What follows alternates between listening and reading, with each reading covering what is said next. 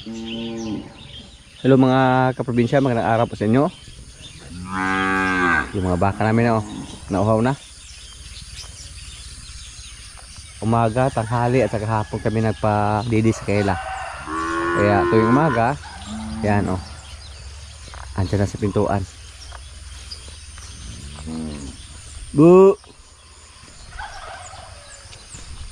Si Bitang. Gigot ka na daw eh. Ulag-ulag ni siya. Si Magaab.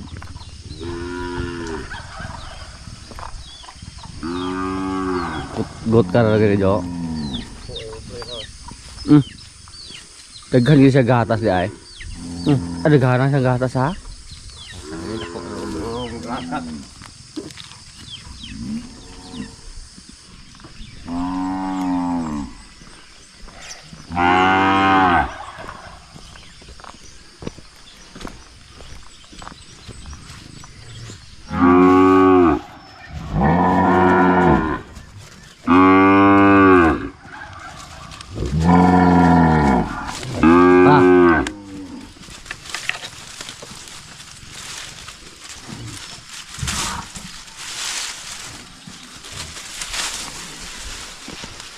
Ilugan na.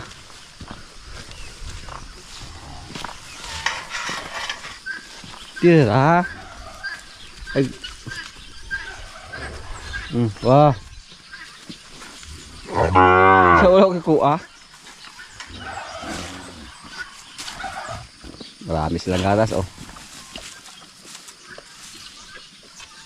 Yan. Matagal pa sila matapos mga kaprobinsya. Basta tuwing umaga. Kasi maraming gatas yung kanilang mga nanay. Lalo na yung si Bitang. Ay, sagmugaw sa siya, okay na. Di na mo palayo kay uhaw ko kayo na siya. Sunod gapon na.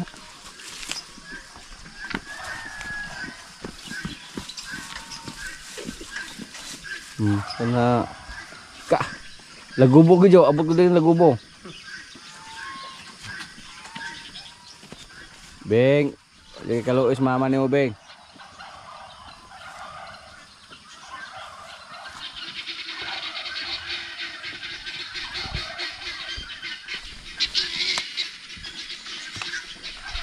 Mura nagkadumis na yan ko ayaw, di na ganyan. Para magpapayatan. Ang bangon niya mo na yan.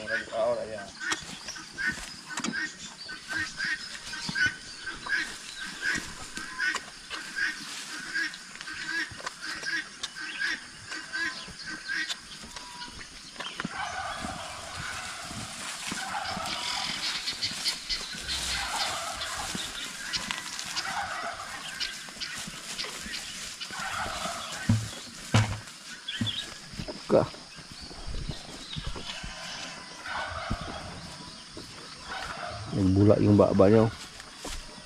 Dako na makaanggal katutoy pa ka.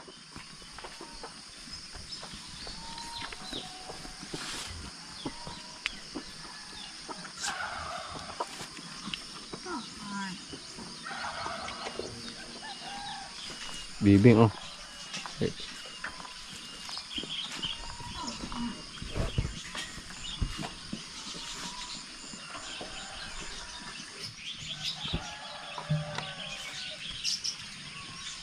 Ang tagal pa lang natapos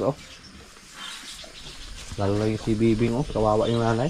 Napakalakas yan Dumidi. Beng, tama na yan Beng.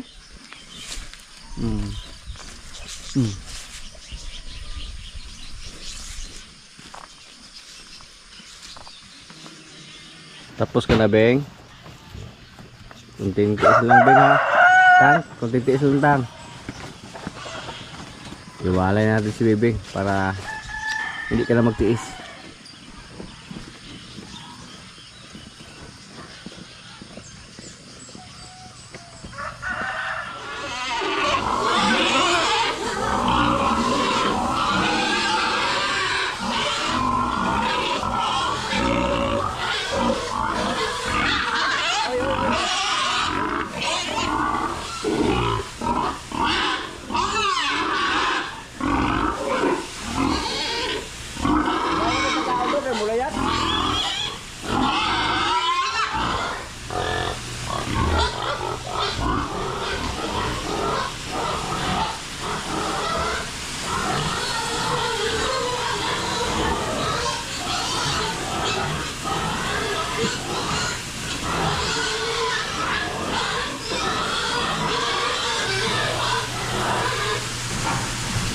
Nagmaker, magyata ka na. Nagmaker.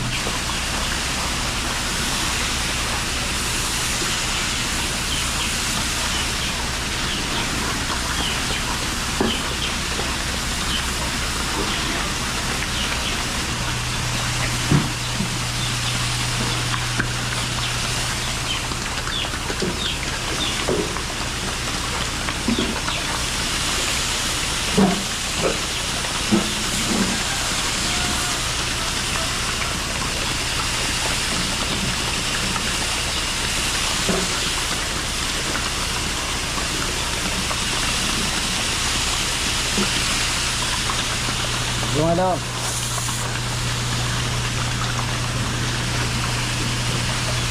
Malapit na ito mga anak, mga kaprobinsya. Sila naman kaya yung biik niya. Kapusog yan. Compare sa isa nating inahin.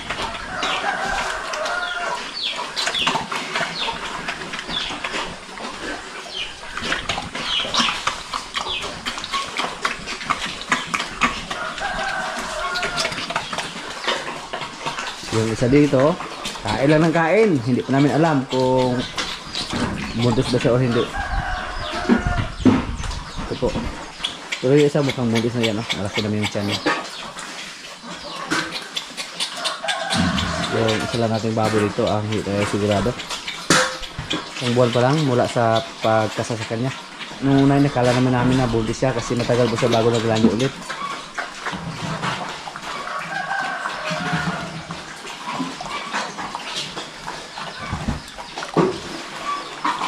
Sana buntis na sa mga kaprobinsya para hindi tayo lugi sa pagkain sa kanya.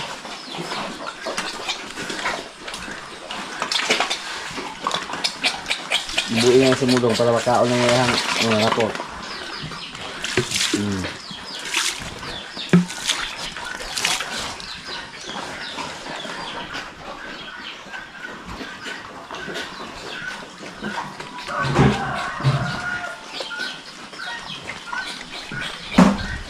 Landres. Sakaling may magrado sa kailang mga kaprobinsya, balak sa natin na mag-AI ng isa.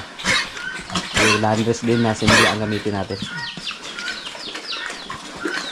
Kasi may nag-chat ko sa atin na gusto bumili ng biik sa atin pang materialis para gawing inahin.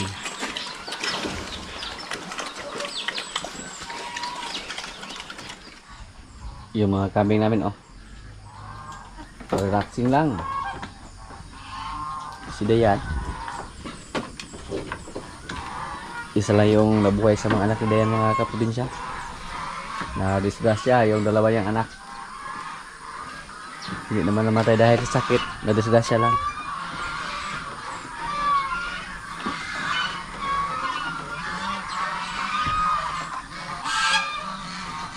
Yung kambing natin na walang sungay, may anak din siya na walang sungay na lalaki. Napakabansa to dati, mga kaprobinsya. Ito na ngayon, maganda na yung katawan niya. Unti-unti na siyang tumaba. Kasi malakas po siyang kumain ng Cupramil. Basta malakas lang kumain ng Cupramil, walang problema. Mapataba lang natin kahit gaano pa yan kapayat.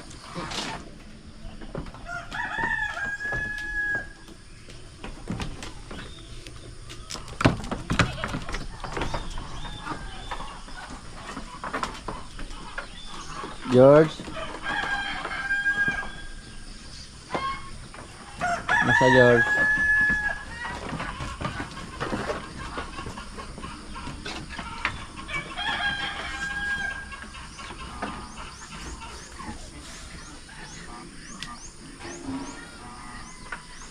Labas George.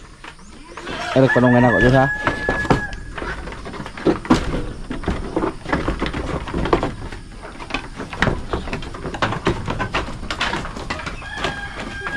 Naputla rin mo kukulas George. Sabay ikaw. Ha? Pero gunteng? Pero okay na. Okay na gildo tayo. Pabalik ka pahidayan sa. Ano isa din oh. Tiyan na ganda ko yun.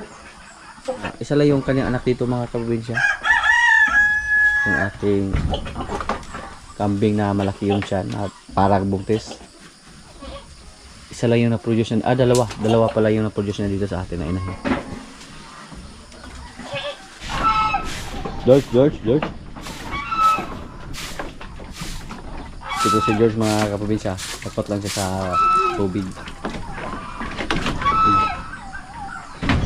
Katong na kung kanding wala gito kapahisa. Katong daw iktiyan. Ito ba?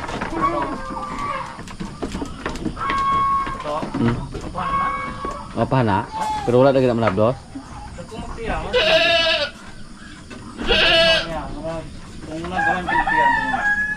Huot siya oh.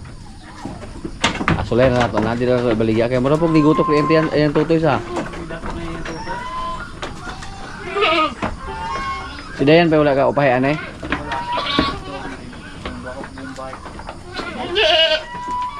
Duha ka Bombay na upahan na to. Karing itong ulo.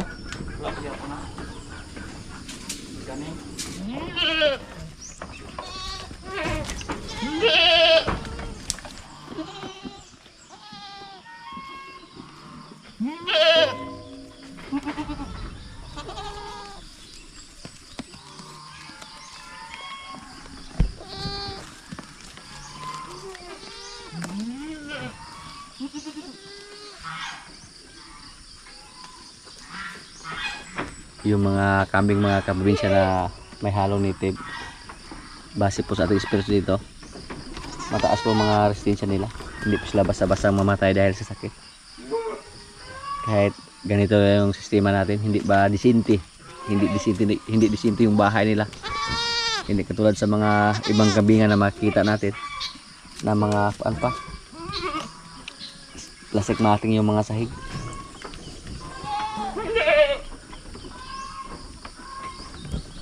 Pero mas silang pinalagaan lalo na pag nasa tayo malamig na area.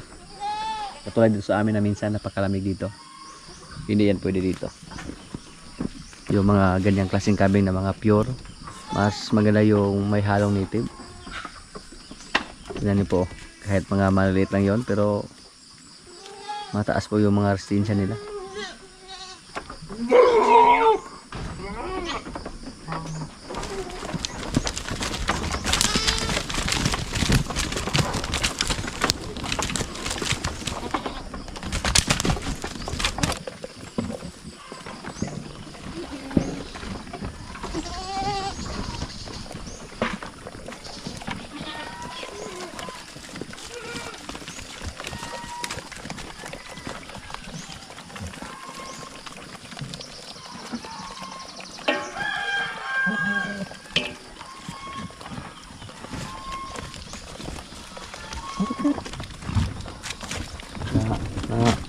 Lagot o galit na siya o. Ayaw niya magpadidi. Hindi patutoy mo, mututoy juga. Hindi niya ano yan. Paglandi lagot para mapahat ka ba? Na? Kau na to. Liyo siya o. Ito.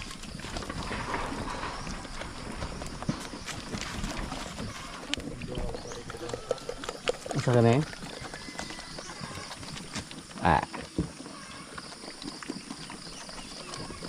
Sa ligrigar dago giglawas niya. Kap na itong jojo ng kandinga.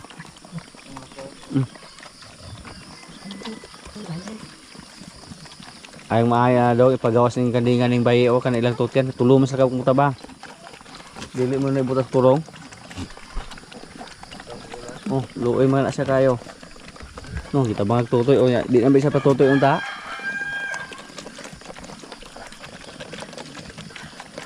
Mas maaya lang mo ibutang sa kuan.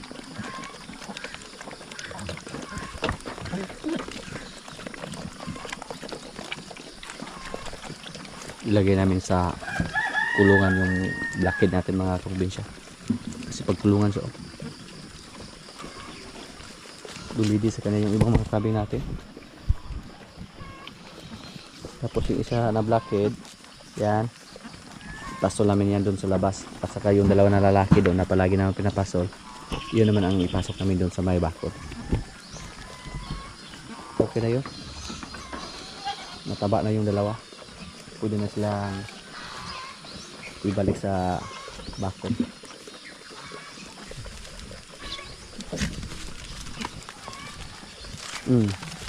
Na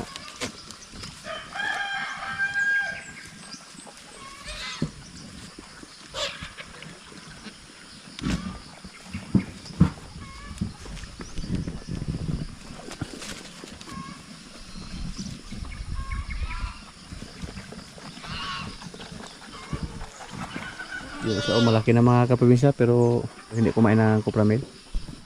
Basta kaya rin butang yan res kuan pasulod re. Kasi pag-awa yung kuan at kambing natin oh. Yung anak sa ating blackhead oh. Sukol.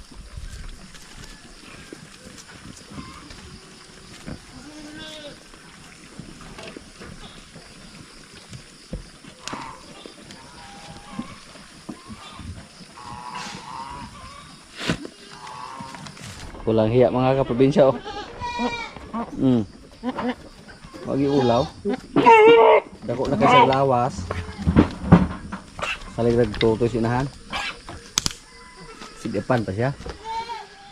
Si Marites oh, ang ganda po ng kanyang katawan. Sino ba?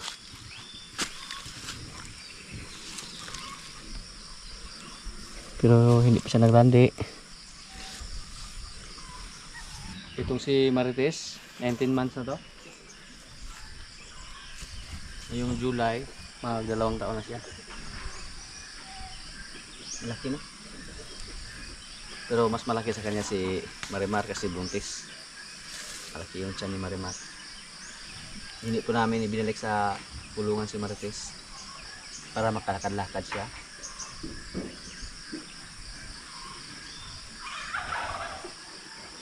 Talog kayo.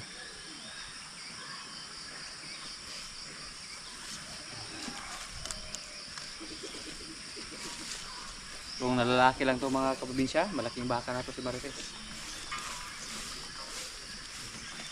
Pero babae siya. Gawin natin sa inahin.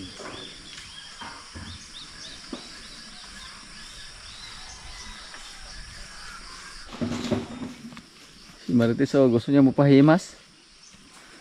Naglumbag siya. Nung tinigilan natin. Gusto niya lumapit sa atin.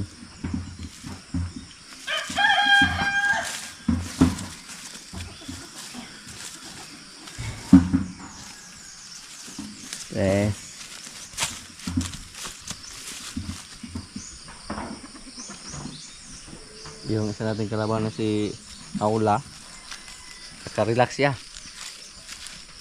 Hindi na namin siya pinahila ng karusa kasi magalit si Palo pag may kasamang babae si Palo, magsilo sa kay Rambo. So ang ginawa namin, pag maghakot sila ng kumpay or maghakot sila ng mga feeds doon, hindi na namin ginamit si Paloma. Kaya andito lang siya palagi. Una po nanuwag ko sa atin. Dolar sa ihaba. Oh.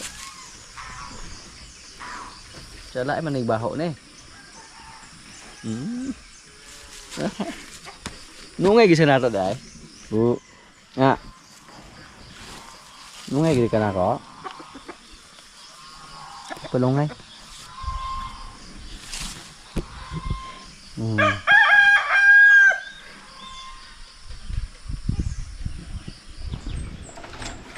May mga sisiw tayo dito oh. May dalawa tayong sisiw ng gansa. Sana maragdagan pa itong mga kaprobinsya. May mga itlog pa doon. Ayan. Dalawa yung sisiw ng gansa at saka 6 yung sisiw ng pato. Napakadali lang natin ma-recognize kung alin sa kanila yung sisiw ng gansa kasi malaki. At mabilis din lumaki yung sisiw ng gansa compare sa pato kasi malaki sila mga kaprobinsya. Ayan. Hello.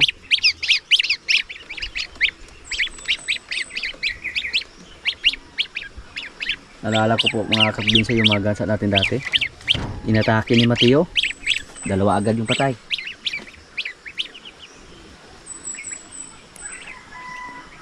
Kasi mahina pa silang tumakbo.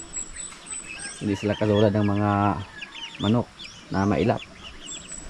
At dito rin yung mga sisiw natin ng pabo. Yan. Sisiw ng pabo at saka may 5 na sisiw ng manok.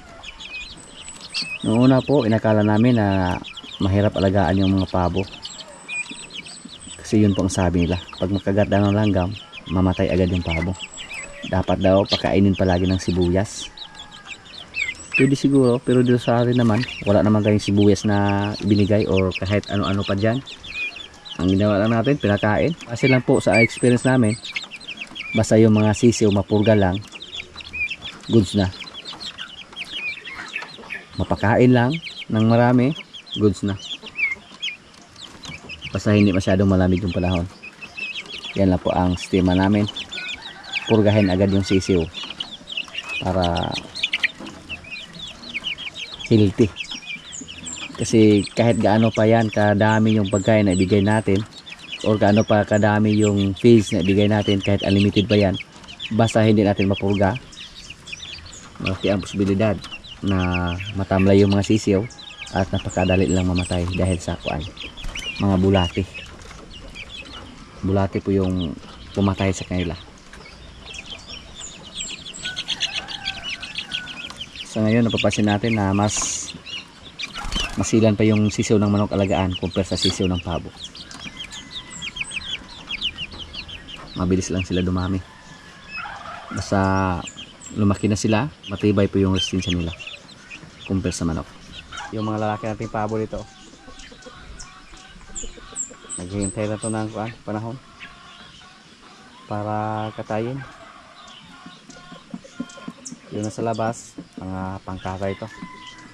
Yung nasa kabila doon sa bakod natin, andun po yung mga breeder natin.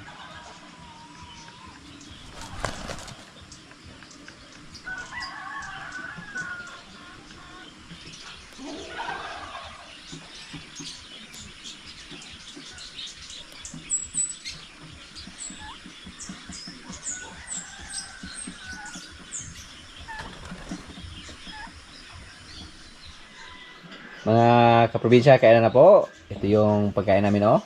Gulay, sari-saring gulay, may isda, may kanin. Lord, maraming salamat sa pagkain. So, kain na na. Kubangan sa balibulat.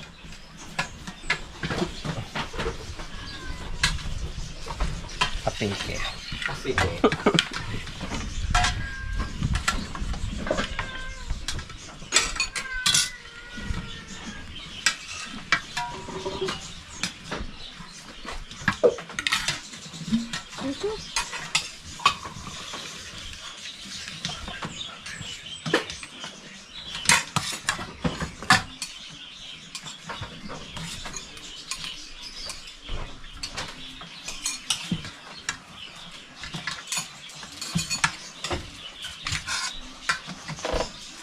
Hindi po ka, nibong-sibong ito. Ito umugong, wala problema itong trabaho. Ano bang? Ya, ito ang trabaho. Kaya mo tayo ito mga bayas sa ito. Oo, kaya okay lang ito. Ito yung mga bahay, lusod o mga bahay ko. Pero kaya pa rin natin yung ulit ko. Hindi isang gani, kadapin naman na yung tapat na hulong ko.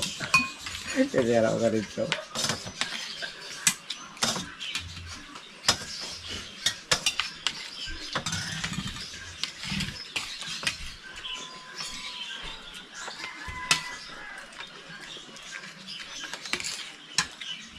bayad niya to kay mapukus mo kung kaon yun kay wa ko yung pamahaw. Pero ayoko pagtagan atong maripot na ito. Ay, kita ang kaya tapos tayo. Ito sila na mailangan mo sa kasubang.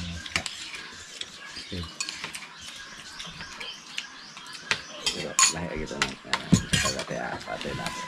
At kung ganda ko medyo kung open na kayo kaya lahat pa rin na. Ano pa rin na Hindi na, hindi na. Kapuno nga. Kaya po yung galogo ata. Kasi kay asawa niya, kaya pwede mo ko. Dapat yun na. Si, pare na tulak mo to. Dancer mo to yung asawa, kabantay mo ko. Agin ako ga praktisay mo to dias ka kuan. Sere. Yung gani ko, kaya alin kasi nito na blaho mo na ito. Sama ikik ko sa alin ba? Praktis at actually na sila. Agin ako.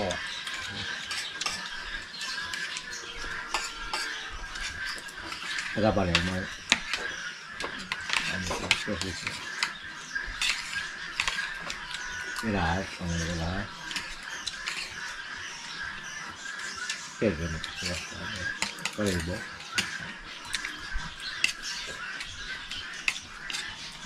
Di ba nga ito ng SD na pwede ay sobreget ko ng SD. Ay, may bisitas kapitan to. Yan. Yan no. Yan.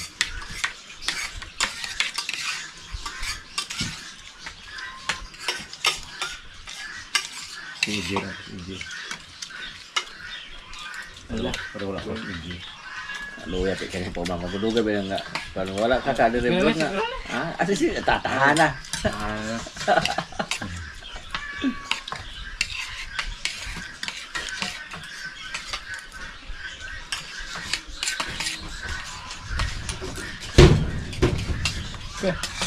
Nilo nung kayo nag-ilin nung ligiron. Saan nga ilin mo nga daw? Saan mo karat? Wala.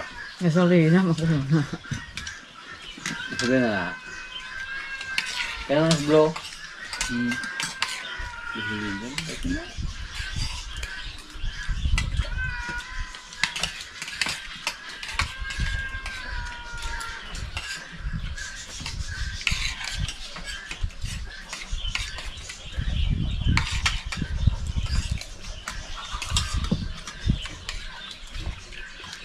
Kasi mo nagahang lapos sige nakakuha 15 kilos bukas.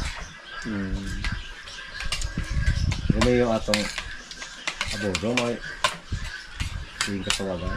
Yang asawa tong 25 kilos. May nabulutan po. Nag-isil abodo. Bunot-bunot. Pwede hindi ba nasa? Hindi ko niya nakakuha ko siya. Umaya nakuha po 5 kilos. Yung alam. Kapil ka, inay kayo nga lang dito, wala. Ay, palit ng teke. Tapos 5 may ng teke. Lipad ka. Wala ko. Ay, ano mo ito pamaligyan nila? Wala ko ito. Ano pamaligyan? Ah. Diba itong ano ito yung teke? Napaggara.